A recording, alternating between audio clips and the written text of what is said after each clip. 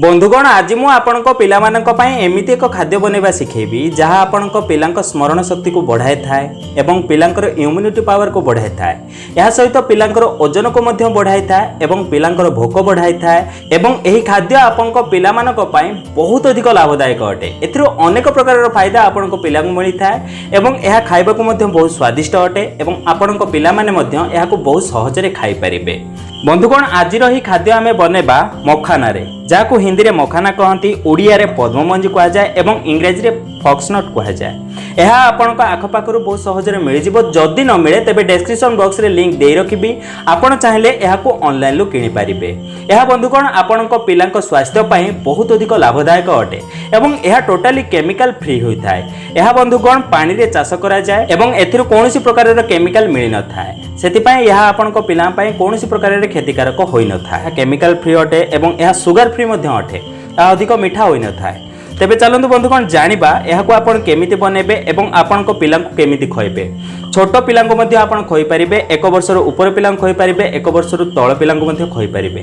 केमिति प्रकार रे आपणको पिलांको एहा आपण खइ परिबे सेही विषय रे चलନ୍ତୁ जानिबा। आजिर एही वीडियो रे 4-5 प्रकार रे मु एहाको बनेबा सिखेबी जहा आपणको पिलांको आपण खइ परिबे। सेतिपई वीडियोटी को शेष पर्यंत देखिबा को अनुरोध। किंतु ता पूर्व मु आपण मानको कहि रखिबी जे आपण माने जे हम चैनल को सब्सक्राइब करना तेबे तळे थिबा सब्सक्राइब बटन ऊपर क्लिक करि हम चैनल को सब्सक्राइब कर नियंतु। एवं पाखते नोटिफिकेशन बेल ऊपर निहाती क्लिक करंतु। एहा द्वारा हम जो नूतन वीडियो अपलोड करू ता नोटिफिकेशन आपण माने प्रथम पाई परिबे एवं हम चैनल माध्यम रो बहुत किछि शिक्षण जिंस आपण माने सिखिबा को पाएबे। बंधुगण एई खाद्य को बनेया पाए प्रथमे आपण एक पैन गैस रे बसांतु एवं आपण सेथिरे एबे घियो पकांतु।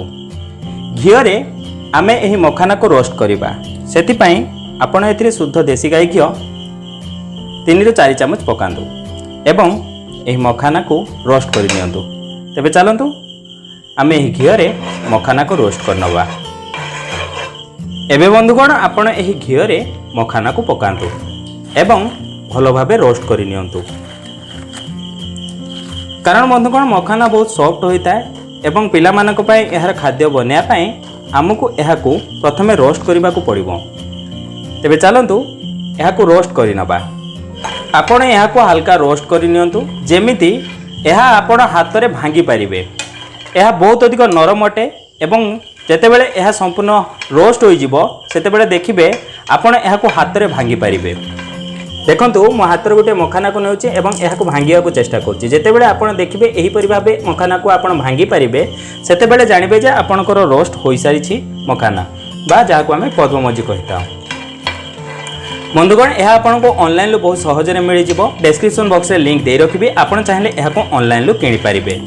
तेबे बंधुगण एबे हमर मखाना रोस्ट होई गला। एबे आमे एहाकू एक पात्र को काढी नबा। बंधुगण एही पद्ममंजी बा मखाना को आमे अल्प मात्रा रे गोटे पात्र को काढी नबा एवं आउ अल्प मात्रा पैन ले रहिबा को दबा। ता सहित कोन करबा पड़िबो मु आपनको आगो को कहूची। तेबे किछि मात्रा रो मखाना आपण गोटे पात्र को काढी नियंतु।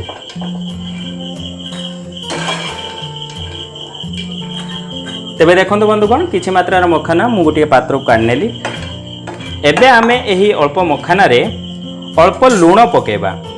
आपण एथिरे हल्का सैंधव लूण मिसांतु किंबा अल्प लूण मिसाई याको आउ टिके हल्का रोस्ट करि नियंतु। लूण पकई आमे याको हल्का रोस्ट करि नेबा।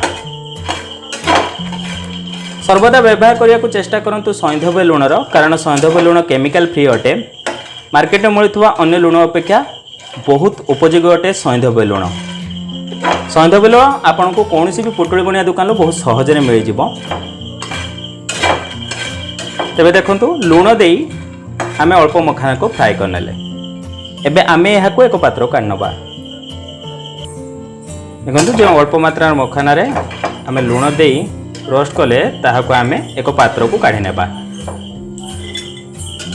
बंधुगण देखंतु किछि मखाना को आमे जो लूण देई रोस्ट करथिले ताहाको मु गोटे पात्र काढ नेछि एवं अन्य किछि मखाना जा बिना लूण वाला ताको अन्य गोटे पात्र काढ नेछि। एबे जानिबा आपण एहाकू केमिति प्रकार रे निज पिला मानकू खोयाई परिबे। बंधुगण प्रथम खाद्य को बनाया पाए आपण प्रथमे किछि मखाना को नै ताहाकू गुंड करि नियंतु। देखंतु जे बिना लूण वाला मु जे पद्ममंजी बा मखाना रखितेली ताहाकू आमे गुंड करि नेबा। अल्प मात्रा रे किछि मखाना नेछि, चलंतु एबे एहाकू गुंड करि नेबा। देखो बंधुगण मु किछि मखाना को गुंड करी तार फाइन पाउडर प्रस्तुत करिनेली। एबे बंधुगण आपण गैस ऑन करी सेथिरे आधा ताटिया पानी बसांतु एवं ताहाकु गरम हेबाकु छाडी दियंतु। पानी जगह रे आपण क्षीरर प्रयोग मध्य करि परिबे। एठारे मु पानी रो प्रयोग करी देखौछि। बंधुगण पानी हल्का गरम होई गला परे आपण पूर्वरु प्रस्तुत करी रखितिबा एही पद्मवंजी गुंड को बा मखाना गुंड को एथिरे मिसांतु। तेबे चलंतु आमे एथिरे एही गुंड को मिसेबा। जदि 1 वर्षरु छोट पिला मानकु आपण एहा खाइबा को दियंती तेबे आपण एहा को हल्का पानिया रखि परिबे। जदि 1 वर्षरु बड़ पिला मानकु आपण एहा खाइबा को दियंती तेबे आपण एहा को हल्का बहळिया मध्य करि परिबे। तेबे चलंतु एथिरे गुंड मिसेई एहा को हल्का बॉयल करि नेबा। देखंतु बंधुगण मु एथिरे पद्मवंजी गुंड को मिसेई एहा को हल्का बॉयल करि नेली। आपण चाहिले एथिरे चीनी मिसेई पारिबे किंबा लूण भी मिसेई पारिबे। जदि आपण को पिला को मीठा खाइबा पसंद तेबे आपण एथिरे चीनी मिसेई पारिबे। जदि आपण को पिला को नमकीन खाइबा पसंद तेबे आपण एथिरे लूण मध्य मिसेई पारिबे। देखंतु बंधुगण एबे हमर प्रथम खाद्यटी प्रस्तुत होई गला। बंधुगण एहा ठंडा होला परे हल्का बहळिया मध्य होई जिवो। एहा आपण को पिला को आपण खोई पारिबे। जेमिति मु आगुरु आपण को कहली जदि आपण को पिला 1 वर्षरु कम अटे तेबे आपण हल्का पानिया रखि पारिबे। जदि आपण को पिला 1 वर्षरु बड़ अटे तेबे आपण हल्का बहळिया मध्य करि पारिबे। बंधुगण एहा को मध्य आपण क्षीर रे करि पारिबे। मु एठारे पानी रो प्रयोग करछि। आपण चाहिले एहा को क्षीर रे मध्य बनाई पारिबे। तेबे बंधुगण हमर प्रथम खाद्य बनी प्रस्तुत होई गला। तेबे चलंतु जानिबा द्वितीय खाद्य आपण केमिति बनेबे। एबे एहा को ठंडा हबा पई छाडी देबा। बंधुगण द्वितीय खाद्य बनिया पे आपण एमिति आधा ताटिया क्षीर नियंतु एवं आधा ताटिया क्षीर को गैस रे गरम करिया पे छाडी दियंतु। एबे बंधुगण आपण सेथिरे पूर्व प्रस्तुत करी रखितिबा बिना लूण वाला एही पद्मवंजी बा मखाना को एथिरे पकांतु। अल्प मात्रा रे मखाना आपण एमिति गोटा गोटा एथिरे पकई पारिबे। क्षीर को हल्का गरम कर नियंतु एवं एमिति एथिरे मखाना को पकांतु। यह मध्य आपण को पिला खाइबा को बहुत पसंद करिवो। मु जेमिति आपण को आगरु कहली जदि आपण को पिला मीठा खाइबा को पसंद करे तेबे आपण एथिरे अल्प चीनी मिसेई पारिबे। जदि आपण को पिला नमकीन खाइबा को पसंद करे तेबे आपण एथिरे लूण मध्य मिसेई पारिबे। बंधुगण एहा को आपण हल्का गरम कर नियंतु जाहाद्वारा क्षीर हल्का फुटी जिवो एवं आपणकर एही खाद्य संपूर्ण भाव प्रस्तुत होई जिवो। तेबे बंधुगण देखंतु हमर द्वितीय खाद्य मध्य बनी प्रस्तुत होई गला।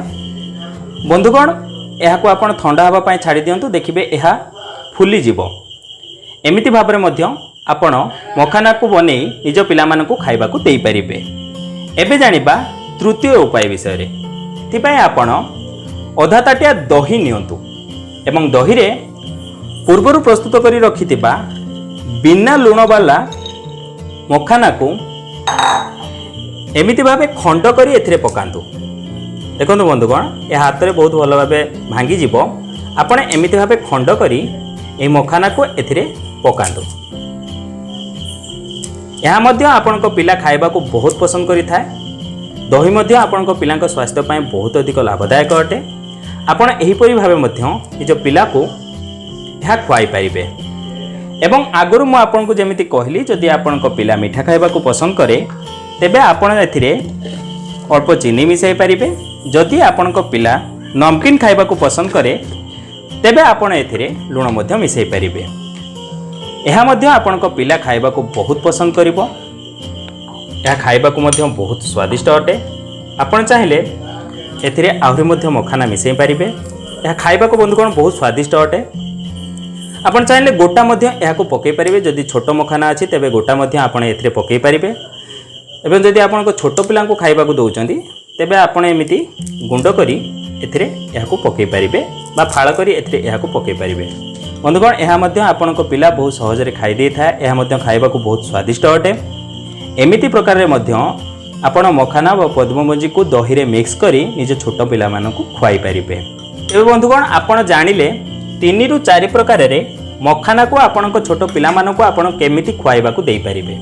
देखो बंधुगण मुझे करी देखेली 3 रु 4 प्रकार आपण मखाना बा पद्मवंजी जहाँ आम कही था जहाँ को आम इंग्राजी फॉक्सनट कही था ତାହାକୁ ଆପଣଙ୍କ ଛୋଟ ପିଲାମାନଙ୍କୁ କେମିତି ଖୁଆଇ ପାରିବେ। ଏମିତି ଭାବେ ତିଆରି କରି ଆପଣଙ୍କ ଛୋଟ ପିଲାମାନଙ୍କୁ ଖୁଆନ୍ତୁ। ଦେଖିବେ ତାଙ୍କ ସ୍ମରଣ ଶକ୍ତିରେ ଉନ୍ନତି ହେବ, ପିଲାଙ୍କର ଓଜନ ମଧ୍ୟ ବଢ଼ିବ, ଛୋଟ ପିଲାମାନଙ୍କର ପେଟ ବଢ଼ିବ।